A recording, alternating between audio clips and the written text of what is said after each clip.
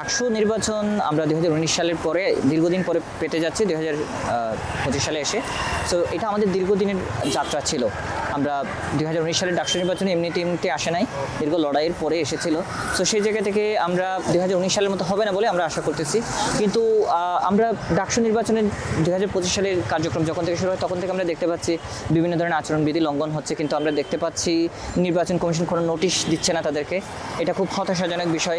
আবার দেখা যাচ্ছে কোনো বড় দল ঢাকা বিশ্ববিদ্যালয়ের সেন্ট্রালে প্যানেল দিলেও হলের মধ্যে প্যানেল দেয় নাই। এবং আরও কয়েকদিন আগে আমরা যদি একটু ফিরে যাই তখন আমরা দেখতে পাবো হলের ছাত্র রাজনীতি নিষিদ্ধের জন্য বেশ মব তৈরি করা হয়েছে।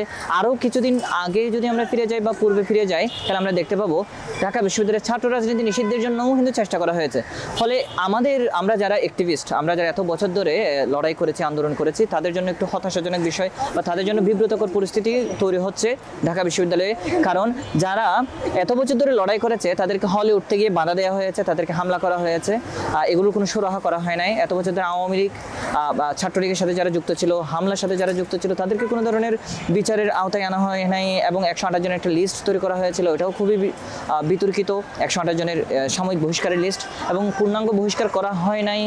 এবং ঢাকা বিশ্ববিদ্যালয়ের পক্ষ থেকে কোনো ছাত্রলীগের নেতাদেরকে মামলা দিয়ে বিচারের আওতায় আনা হয় নাই। সো সেই জায়গা থেকে এগুলো কিন্তু ডাকসু নির্বাচন লেভেল প্লেয়িং ফিল্ড আছে কি নাই তা যখন আমি আলাপ করতে যাব, এই আলাপগুলো অবশ্যই আসবে।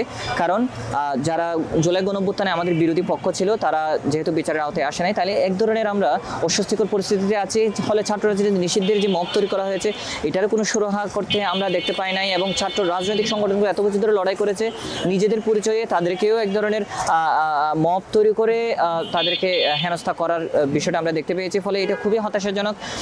আমরা সর্বোপরি আমরা চাই এমন একটা পরিস্থিতি যে পরিস্থিতিতে এটা সুরাহা করা হবে, ফলে সবাই ক্যাম্পেইন চালাতে পারবে, কাউকে কোনো রাজনৈতিক সংগঠনকে এখানে মব তৈরি করে হেনস্থা করা হবে না, সেটাই আমরা প্রত্যাশা করব। এবং হলে প্যানেল না দেওয়ার যে বিষয়টা, বিশেষ করে ছাত্র শিবিরের ক্ষেত্রে আমরা দেখতে পাচ্ছি হলে তারা প্যানেল দেয় না। এটা কেন দেয় না সেটার কোনো ব্যাখ্যা আমরা পাচ্ছি না। তারা সেন্ট্রালে প্যানেল দিচ্ছে কিন্তু হলের মধ্যে প্যানেল দেয় না। তাহলে কি তাদের কি লোকবল কম সেই কারণে প্যানেল দেয় নাই, নাকি এটা তাদের কয়জন আছে তা প্রকাশ করতে না চাওয়া, ছাত্র শিবির কারা ছাত্র শিবিরের সাথে যুক্ত সেটা যেন বের হয়ে আসতে না পারে, সেটা যেন কেউ বুঝতে না পারে, সেটার জন্য করা। এটা খুবই বিব্রতকর একটা পরিস্থিতি তৈরি করতেছে ছাত্র রাজনৈতিক সংগঠনগুলোর মধ্যে, বিভিন্ন প্রার্থীদের মধ্যে। সো সেই জায়গা থেকে আমরা চাই নির্বাচন কমিশন এই বিষয়গুলো ওয়াকিবহাল হবেন, তারা এই বিষয়গুলো নোটিশ করবেন, সেটা আমরা প্রত্যাশা করি।